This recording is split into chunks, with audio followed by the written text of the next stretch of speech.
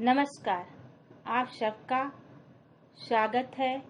मैं डॉक्टर मुन्नी कुमारी, मरवाड़ी महाविद्यालय रांची, हिंदी विभाग। आज मेरे व्याख्यान का विषय आरोह भाग 2 से महादेवी वर्मा जी द्वारा रचित भक्तिन पर चर्चा करूंगी। तो आइए बच्चों, सबसे पहले महादेवी जी का जीवन परिचय पर चर्चा कर रही हूँ।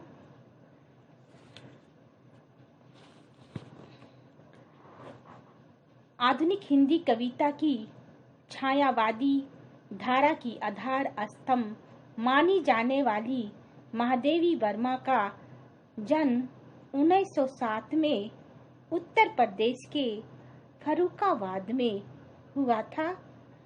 इनकी प्रारंभिक शिक्षा इंदौर में हुई थी। 9 वर्ष की अवस्था में ही इनका विवाह हो गया।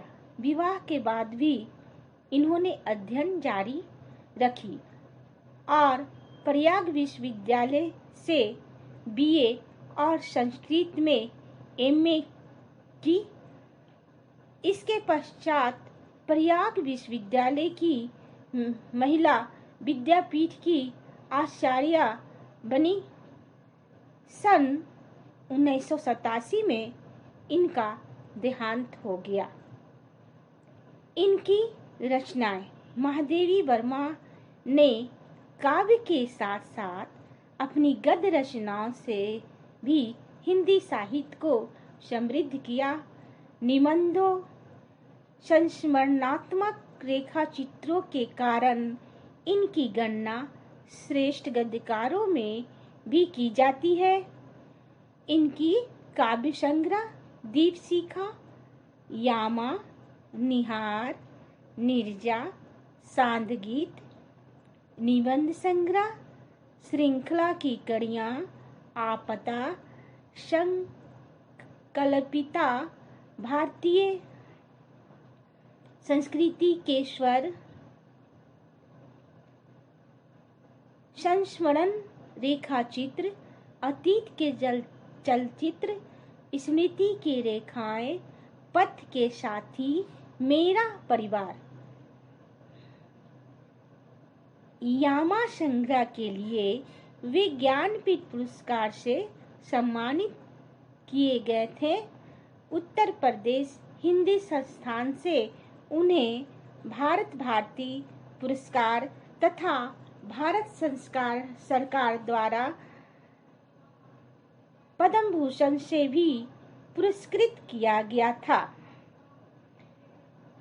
महादेवी वर्मा ने साहित्य सेवी व समाज सेवी दोनों रूपों में ख्याति अर्जित की। उन्होंने नारी शिक्षा, शिक्षा प्रसार, समाज कल्याण के क्षेत्र में उल्लेखनीय कार्य किया तथा साहित्य जगत में पद्य और गद्य दोनों क्षेत्रों में अपनी बहुमुखी प्रतिभा का परिचय दी। कविताओं में अपनी आंतरिक वेदना और पीड़ा में व्यक्त करती हुई वे अलौकिक सत्ता की ओर उन्मुक्त हुए, तो गद्य में उनका सामाजिक सरोकार व्यक्त हुआ। ये थे महादेवी वर्मा जी का जीवन परिचय। अब हम लोग आते हैं बच्चों महादेवी जी का भक्तिन पर चर्चा करूंगी। भक्तिन का अर्थ होता है सच्चे मन से सेवा करना। लेखिका के घर में काम करने वाली एक सेविका की संघर्षपूर्ण कहानी है, जो परिस्थितिवश स्वभाव से अक्कड़ थी। लेखिका ने ही उसके पहनावे के आधार पर उसे भक्तिन नाम दिया था। उसने संघर्षपूर्ण जीवन व्यतीत किया था, लेकिन स्वाभिमान और कर्मठतापूर्ण जीवन जिया। उसने अपनी बेटियों के अधिकारों के लिए लड़ाई लड़ी, किंतु छल कपट भरे समाज के एक फैसले ने उसके जीवन की दिशा बदल देती है। अंत में उसने महादेवी के घर रहकर नौकरी करती है।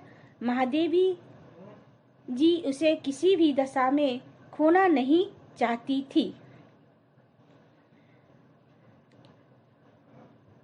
भक्तिन का कद छोटा था और वह कमजोर शरीर वाली थी। वह अपनी ग्रामीण भाषा में ही बात करती थी। उसकी सादगी और सरलता के कारण लेखिका भी प्रभावित है। भक्तिन भी लेखिका के साथ लंबे समय तक रहना चाहती है। वह सेविका भाव से परिपूर्ण है। उसका नाम लक्ष्मी अर्थात लक्ष्मी है, परंतु वह अपने नाम को विशाल और समृद्धि सूचक मानती है। इसी कारण वह लक्ष्मी नाम का उपयोग नहीं करना चाहती है। लेखिका ने उसके गले में कंठी माला देखकर उसका नाम भक्तिन रख दिया। भक्तिन के जीवन की कहानी समझना कठिन था। वह झूसी गांव के प्रसिद्ध एक अहीर योद्धा की लड़की थी। उसके पिता ने अल्प आयु में ही उसकी शादी हड़िया ग्राम के एक संपन्न ग्वाला के लड़के से कर देते हैं। 9 वर्ष की अवस्था में उनको पति के घर भेज दिया जाता है, यानी गौना कर देते हैं। भक्तिन के पिता उसे बहुत प्यार करते थे। इसी कारण उसकी सौतेली माँ को भय था कि कहीं उसकी सारी संपत्ति उसके नाम ही न कर दे। इस कारण उसने उसके बीमार होने की सूचना नहीं दी। मृत्यु की सूचना उसकी सास ने नहीं बताई। उसने केवल इतना ही कही कि वह अपने मायके में मिलकर आ जाए। जब वह अपने मायके गई तो उसे उसके पिता की मृत्यु के बारे में मालूम होता है।